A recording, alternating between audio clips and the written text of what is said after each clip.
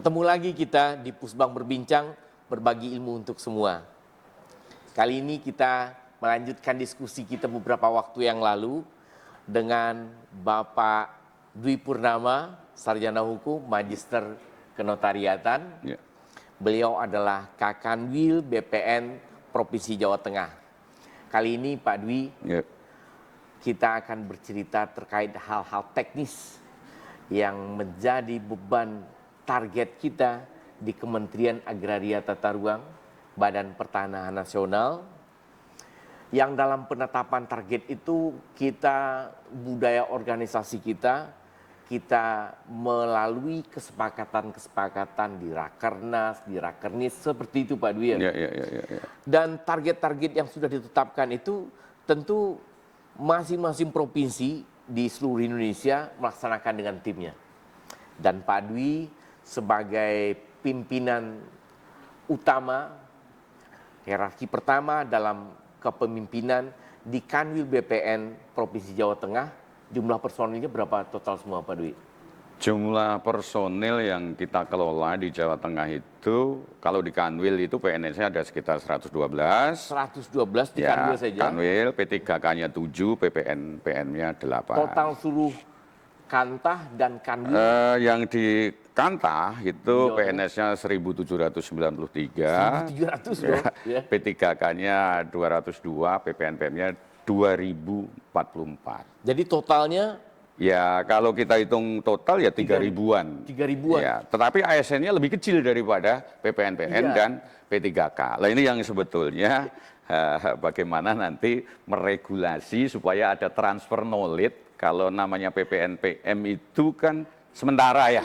Jadi ya, sebuah pandangan ya yang kawan-kawan insan pertanahan dan ruang berpikir kalau yang berada di bawah pimpinan Pak Dwi ini ratusan orang, itu salah Pak Dwi. Ya. Jadi yang di bawah kepemimpinan Pak Dwi ini sebagai Kakanwil BPN Provinsi Jawa Tengah, totalnya sekitar 3.900-an ya Pak Dwi. Ya, itu harus ditambah juga karena di bawah pembinaan pengawasan kita. Oke. Siapa dia? Dia adalah PPAT. Ini yang mengakselerasi, membantu tugas bagian dari kita. Ya, sesuai undang-undang itu kurang lebih ya ada 2.883. Belum lagi PPAT ya? Ya, belum pegawainya PPAT kan? Iya, ya, itulah. Jadi pegawai PPAT sama jumlah ASN di kementerian itu banyak jumlah PPAT-nya kan gitu. Ini juga harus kita pertimbangkan karena Jawa Tengah itu sesuai kesepakatan kita mengelola 21 juta bidang tanah. 21 yang juta tadi bidang di tanah. depan waktu kita ketemu pertama saya sampaikan bahwa kita itu melayani aset ya 21 bidang itu. Iya. Tapi mungkin lebih karena pemecahan bisa nanti jadi 25.000. Oke Pak Dwi. Nah Pak Dwi, apa kiat-kiat Pak Dwi? Terobosan-terobosan Pak Dwi?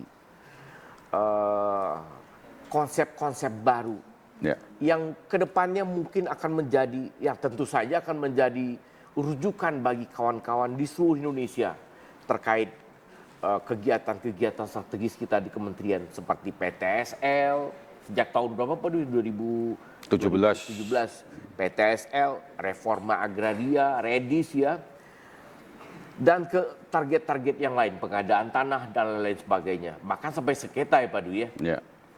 Kita ingin mendengarkan seperti apa Pak Dwi melaksanakan tanggung jawab dalam pencapaian target-target dari kegiatan strategis yang sudah disepakati secara nasional di Kanwil BPN Provinsi Jawa Tengah. Silakan Pak Dwi.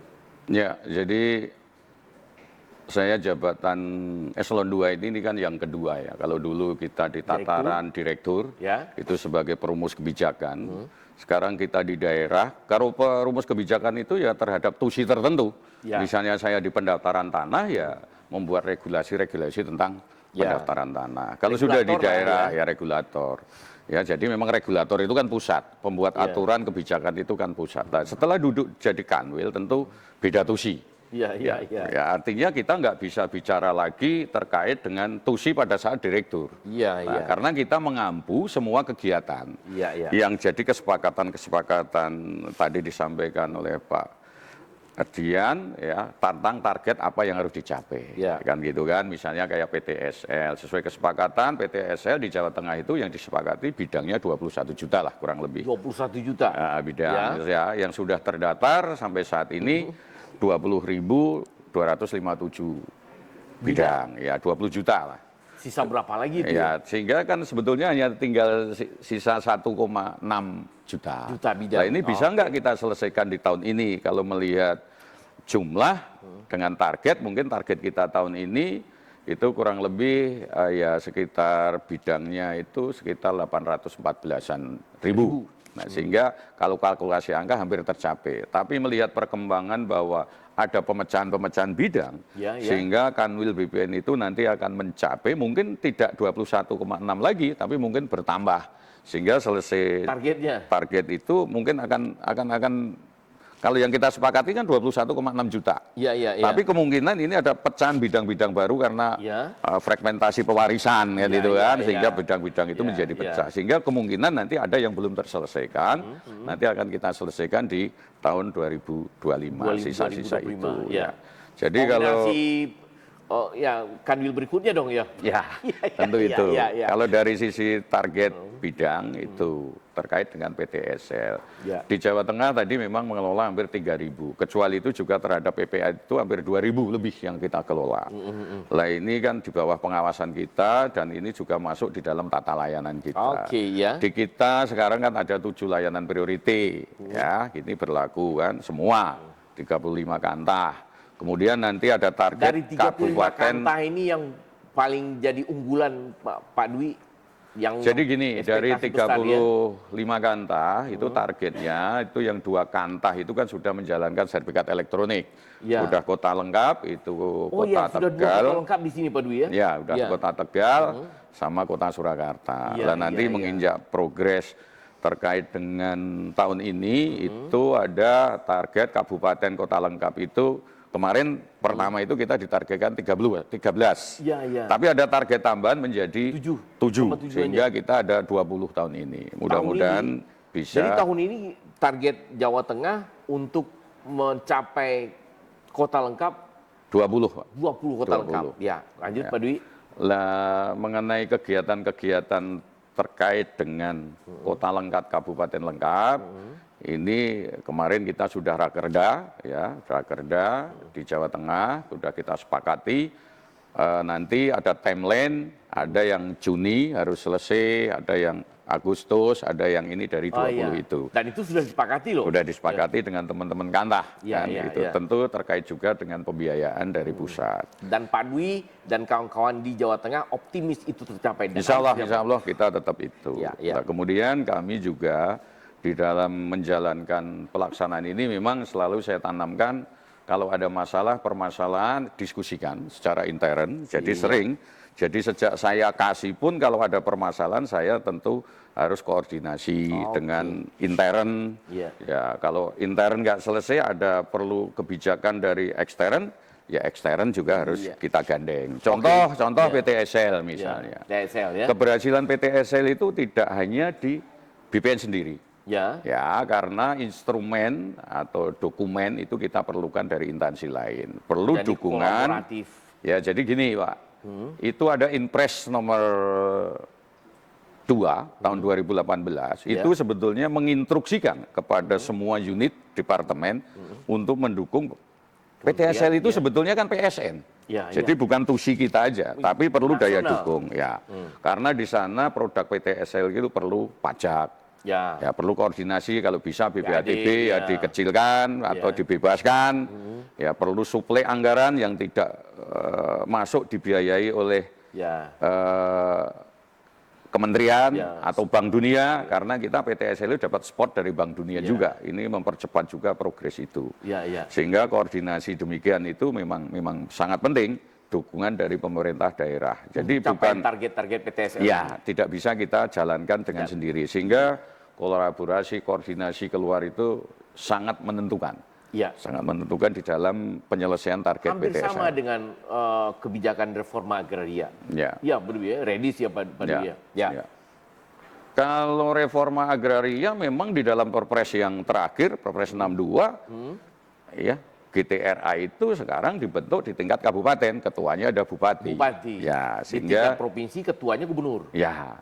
Dan kemudian anggaran-anggaran akses reform, kita bicara reforma agraria kan ada aset, ada akses. Ya, kalau aset itu tugas kita.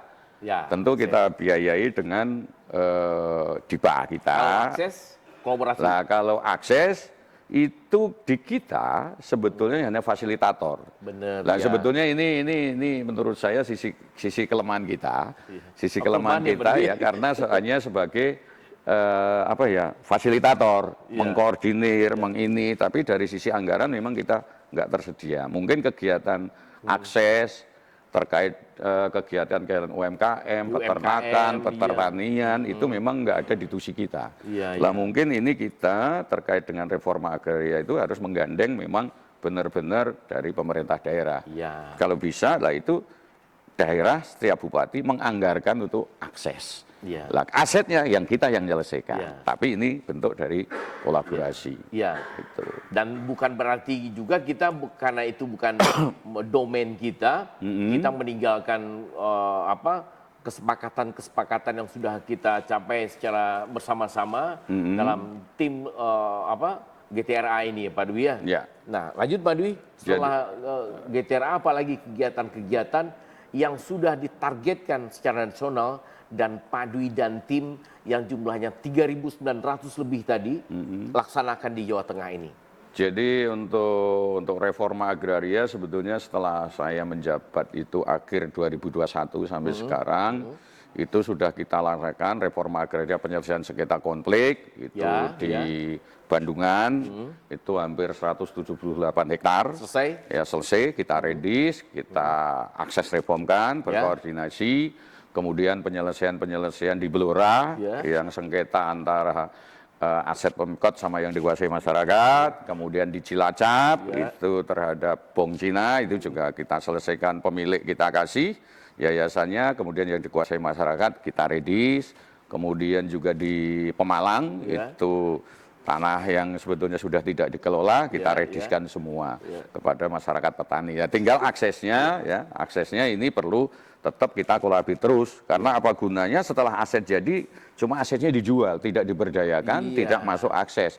Nah nanti setiap waktu kita redis terus setelah hasil redis dijual kan itu kan kasihan itu.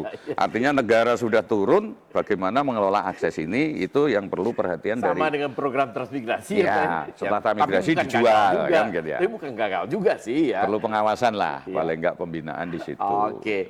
Jadi PTSL, redis, apalagi Pak Dwi? Ya pengadaan tanah terutama PSN ya kita memang saya masuk di sini itu tugas berat bener itu penyelesaian bendung bener itu alhamdulillah dengan kolaborasi dengan Polda, Kejaksaan, Kodam ya dengan dan itu selesai 100% yang dulu sempat viral itu bisa terselesaikan lah nanti tinggal bagaimana untuk fisiknya lah silahkan aja tapi kalau dari sisi pengadaan selesai kemudian yang tanah musnah ya alhamdulillah pelan tapi pasti ada target tertentu yang selesai karena ada beberapa regulasi yang memang harus disesuaikan. Kalau PSN yang fisik di Jawa Tengah apa?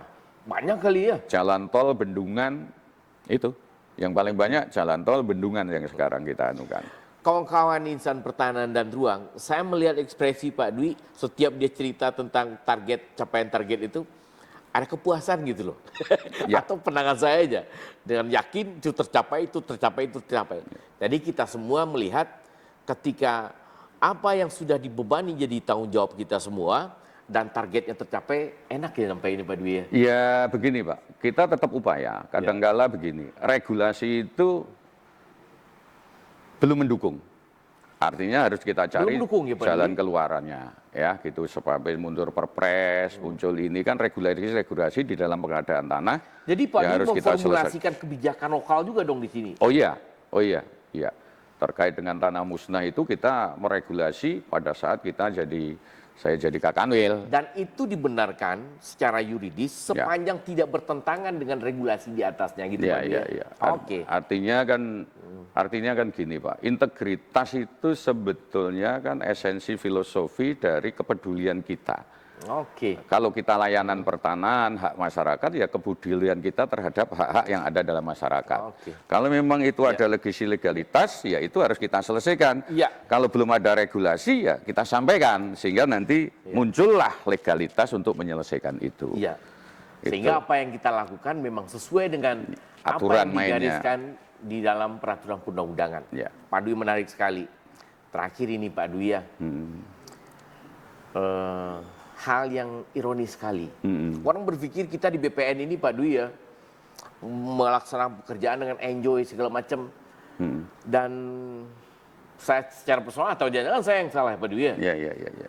Kurang terdengar gaungnya keluar kalau kita itu menghadapi persoalan-persoalan yang satu sisi sangat sulit. Ya. Dan ironis sekali beberapa kawan-kawan kita dalam melaksanakan pekerjaan, tugas dan tanggung jawab sebagai personil BPN menghadapi persoalan hukum. Ya. Terlepas dari dia benar atau tidak di peradilan, ya dalam tanda kutip Pak Dwi ya, apa yang Pak Dwi gagas ya, yang Pak Dwi pikirkan terkait kawan-kawan kita yang menghadapi persoalan hukum ini Pak Dwi? Sebagai senior, Pak Dwi mau pesan apa atau gagasan apa yang Pak Dwi ingin wujudkan? Ya, terima kasih. Jadi sebelum ke situ mungkin saya selaku pimpinan Jawa Tengah yang hampir 3 tahun. 3 tahun ya. Yang mendekati purna tugas, ternyata usia itu nggak boleh ditawarkan gitu. Selesai juga gitu. Pensiun itu pasti. Pensiun itu pasti. Ya. Saya berterima kasih ya selama ini kepada teman-teman seluruh ASN, PPNPM, P3K, terutama kepada kepala kantor, pelaksana di daerah, juga kepada Kabid ini sebagai pengawas ya, Kabid, Kabakti-U yang ya kita cukup sebetulnya bukan target saya untuk memperoleh penghargaan, tapi penghargaan itu adalah bagian dari kesuksesan. Ya, yang kita kejar yang kita kejar adalah bagaimana menyelesaikan suatu target sehingga dia tidak menyalahi aturan, semua ketentuan, tapi kita di akhir waktu mendapat penghargaan. Apa bisa Pak Dwi sebutkan apa sih? Ya, jadi penghargaan itu bukan target utama. Target utama itu penyelesaian pekerjaan. Ini stimulus buat kawan-kawan yang lain. Apa yang Pak Dwi lakukan dan Pak Dwi menilai itu sampai target dan secara di dalam skala organisasi diakui gitu loh. Pengakuan terhadap pekerjaan, keberhasilan Pak Dwi kan itu dalam bentuk reward, penghargaan. Boleh Pak Dwi cerita apa sih penghargaan kita sebetulnya kalau penghargaan itu makanya selalu saya tempelkan di depan ruang masuk Kakanwil. Itu jumlah penghargaan itu ada kalau nanti Bapak lihat ya. Nanti saya lihat. Di 2022 kita malah dapat penghargaan organisasi pelaksana manajemen ASN terbaik 2022. Terbaik. Dari Kementerian ATR ya.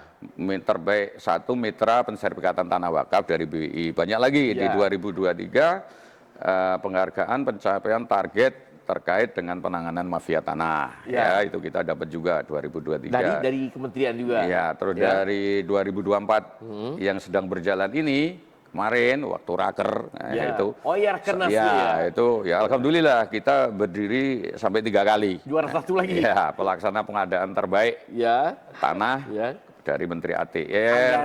Anggaran tertinggi, kemudian terkait KKPR. Tata ruang juga ya. Terus kemudian terhadap kontribusi pengadaan tanah jalan tol. Itu beberapa ini, makanya tadi saya sampaikan terima kasih sekali dan kita selalu berkoordinasi terus, sekecil apapun kalau ada masalah diskusikan. Satu itu, yang kedua, memang seorang pemimpin, kepala kantor atau Kakanwil itu dirijen, bagaimana mengilustrasikan, menginstruksikan supaya musiknya itu jadi enak didengar. Artinya harmonis. Suatu kerja yang harmonis. Nah ini selalu saya tekankan, kayak PTSL itu saya evaluasinya, kalau sudah masuk triwulan kedua ini, saya setiap minggu. Setiap minggu itu kami share hasil itu evaluasinya ya terkait semua kegiatan ya termasuk PTSL capaiannya berapa tiap kantah, penyerapan ya, redis, pengadaan tanah, apa yang menjadi targetnya Pak Menteri AHY program 100 hari ini sedang kita kejar terkait pengadaan tanah. Mudah-mudahan ini insya Allah nanti tercapai. Nah ini kan berkat kerjasama dan koordinasi. Kemudian yang ketiga juga koordinasi dan kolaborasi dengan teman-teman dari penegak hukum.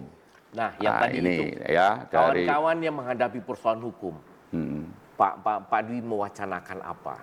Khususnya sebelum itu mungkin saya akan masuk ke penyelesaian PSN sama program PSN yang lain dengan World Bank, itu juga kami berterima kasih. Ya, World Bank tentunya di tahun 2022 kita itu dapat bantuan untuk membangun rehab gedung lah. Kira-kira sampai 2024 itu mungkin kita hampir. Itu dari World Bank, Pak? Dari World Bank, ya. Itu yang sudah saya resmikan kurang lebih mungkin 13 ya. 13, terus kita dapat kurang lebih tahun ini mungkin 10 lagi. Nah, mungkin kami berterima kasih ya terhadap itu. Mungkin nanti saya hanya tambahan aja World Bank supaya mensuplai, jangan hanya pengukuran anggaran itu ya. Masa anggaran World Bank hanya untuk fisik, yang untuk yuridisnya juga termasuk dibiayai kan gitu kan. Sehingga bisa sinkron gitu toh. Orang kan tidak hanya diukur aja tapi menyelesaikan SHT. Nah, terkait dengan penyelesaian PSN tol itu memang kita kolaborasi dengan teman-teman APH ya, di dalam terjadi permasalahan-permasalahan selalu Pemda juga kolaborasi harus jadi satu, karena PSN Bendungan, Bendung Bener, sekarang Bendung Jeragung, ini juga banyak hal-hal yang harus kita sinkronkan. Kemudian mungkin terkait dengan kawan yang tadi yang menghadapi persoalan hukum. Kawan yang menghadapi persoalan hukum ini memang setelah saya cermati, selama saya di sini sebetulnya kalau Jawa Tengah alhamdulillah tidak seberapa, tapi ada. Kemarin yang baru putus itu kan terkait dengan pengadaan tanah tahun 2017, teman sampai 2020. Sebelum Pak Dwi di sini. Sebelum saya di sini, kemarin ya disangkakan, didakwa, kemarin sudah putus. Dan kita terhukum, ini harus kita eksekusi. Kita nanti banding apa enggak, akan kita lagi dalam proses. Artinya begini, Pak. Ini mungkin teman-teman khusus pengadaan tanah ada sesuatu ya terkait dengan apapun, suatu persepsi di dalam pelaksanaan pendaftaran tanah atau pemberian hak, itu ada satu persepsi dengan teman-teman aparat penyidik, pihak kejaksaan, bisa kepolisian. Benar, satu persepsi. Karena irisan kita, seperti yang saya sampaikan di podcast sebelumnya, bahwa kita itu rimbanya aturan hukum yang dikelola oleh agraria yang mengelola beda-beda. Contoh irisan pengadaan tanah dengan kawasan hutan. Ini harus tegas bagaimana terhadap hal-hal yang beririsan ini harus kita selesaikan. Mungkin one map policy. Ya, kalau one map policy itu bisa menyelesaikan, tapi kalau saya orang hukum, one map policy kalau skalanya beda kan tidak akan jadi one map. Itu aja catatannya. Tapi regulasi ini baik sepadan sungai, baik dengan kawasan hutan, ini harus duduk bersama dan satu pemahaman. Jangan muncul interpretasi persepsi yang berbeda sehingga masuk ke ranah pengadilan. Persepsi, pemahaman, interpretasi, pemaknaan harus sama semua ya Pak. Jangan sampai masuk ke pengadilan gitu loh Pak. Kalau sudah masuk pengadilan, bagaimana beban psikologis pelaksana ini seperti yang kita alami sekarang. Jadi menyatukan itu sehingga saya nextnya mungkin persepsi yang berbeda ini harus diselesaikan di tingkat pimpinan pusat antar kementerian dengan kepolisian dengan kejaksaan. Bisa nggak, Pak Dwi kebayang nggak ada proses penegakan hukum justice kolaboratif namanya? Yang di penyelesaian persoalan hukum di luar pengadilan, Pak Dwi mewacanakan itu nggak? Setuju nggak dengan itu? Ya sebetulnya itu bisa-bisa juga. Justice kolaboratif itu kan sebetulnya kita punya instrumen mediasi kan? Iya. Tapi masalahnya Pak, kalau sudah jatuh ke pelaksanaan PSN itu nggak bisa justice kolaboratif. Karena kita selalu yang pengalaman saya menangani ini, kita disangka melakukan korupsi padahal sebetulnya aturannya sudah jelas. Lah ini sebetulnya hukum positif kita, aturan kita sudah ada. Teman-teman sudah melaksanakan sesuai dengan SOP. Tapi ya Kalau sudah putusan hakim, ya. ya mungkin suatu persepsi yang berbeda dengan teman-teman penyidik dengan hakim. Nah, kalau sudah putus hakim kan memang kita negara hukum. Jadi intinya penyamaan persepsi, pemaknaan, interpretasi terhadap regulasi dan kondisi-kondisi yang terjadi. Itu yang paling penting kita duduk bersama dulu. Yang harus segera itu mungkin saya ini hanya pesan aja kepada junior-junior untuk membuat regulasi terkait dengan persamaan persepsi tanah negara. Persepsi tanah negara itu sekarang kita sudah tidak mengenal domain verklaring. Kita mengenal undang-undang tentang aset. Ya, tentang BMN itu Undang-Undang 1/2004. BUMN punya undang-undang sendiri. Tanah negara yang bagaimana yang dimaksud tanah negara itu sehingga kita persepsinya bisa sama, bagaimana mengelola itu.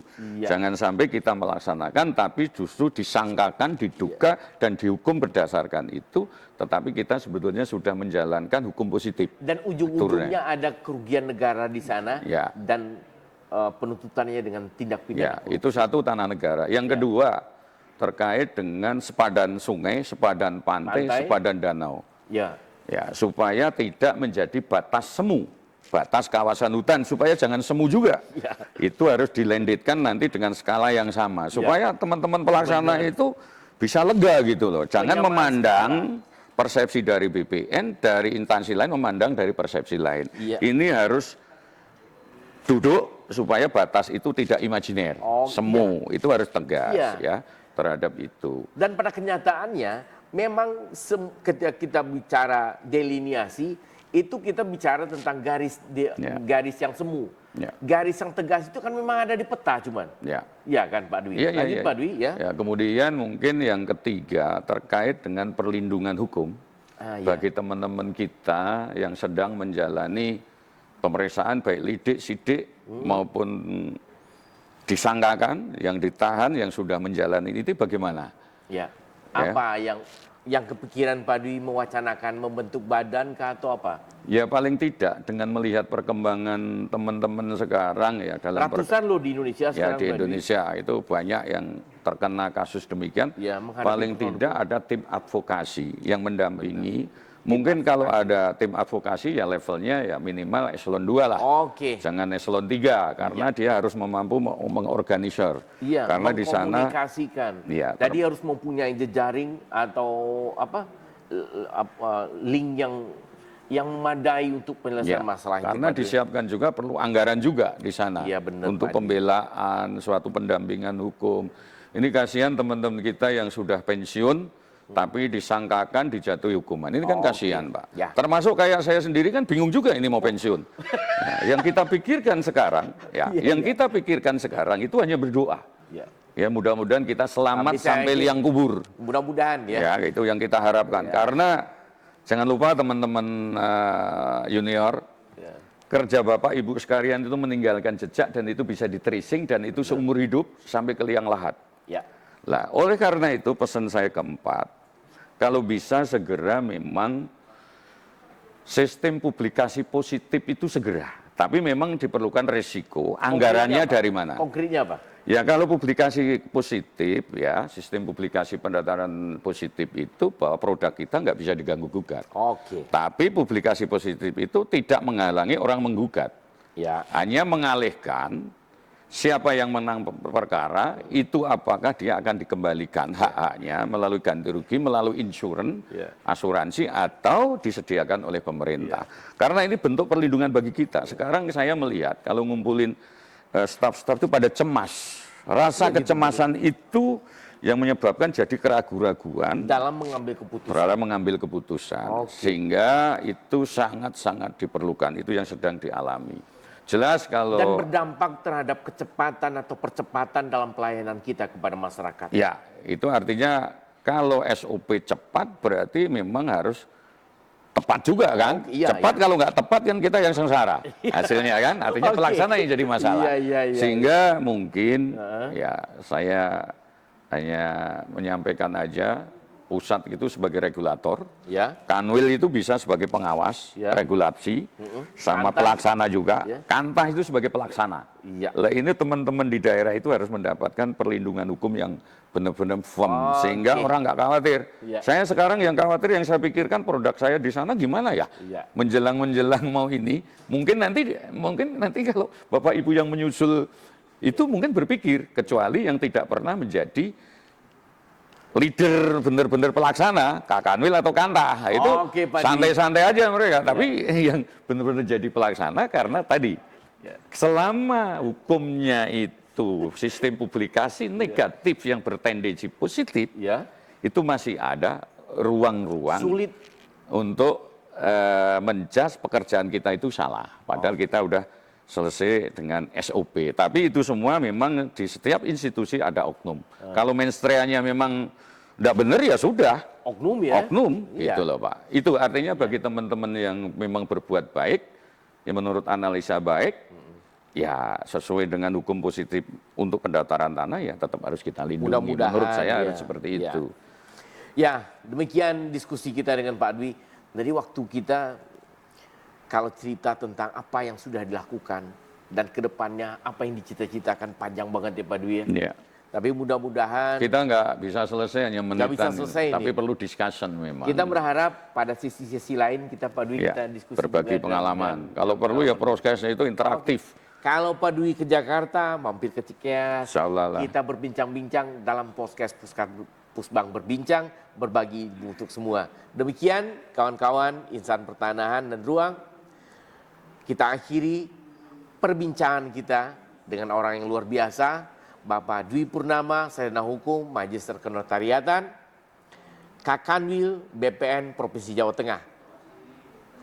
Kita ketemu lagi di sesi berikutnya di Pusbang Berbincang, berbagi ilmu untuk semua. Ya, terima kasih. Terima kasih Pak Dwi. Banyak maaf.